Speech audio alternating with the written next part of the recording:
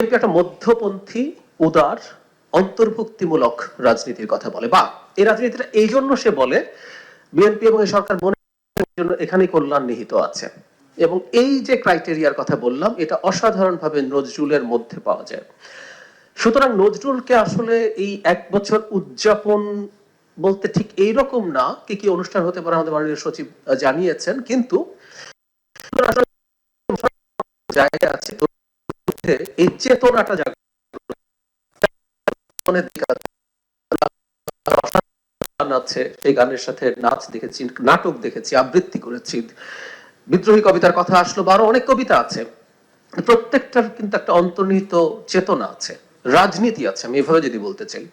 তো আমাদের উচিত হবে আমাদের তরুণ প্রজন্মের মধ্যে এটা, এবং এখানে সরকার তার আরেকটা আহ্বান জানাতে চাই। এখানে অনেক প্রথিতযশা মানুষ আছে যারা তাদের গোটা নজরুলকে নিয়ে কাজ করেছেন।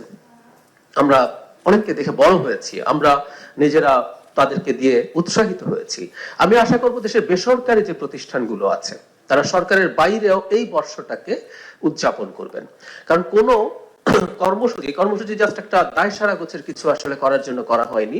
সুতরাং পুরো জাতি যদি একসাথে সরকারি এবং বেসরকারি সব পর্যায় থেকে এই তাৎপর্য তুলে ধরার চেষ্টা হয়, এই তাৎপর্য আমরা যাতে জাগানোর চেষ্টা করতে পারি, সেটা হলে এটা সফল হবে।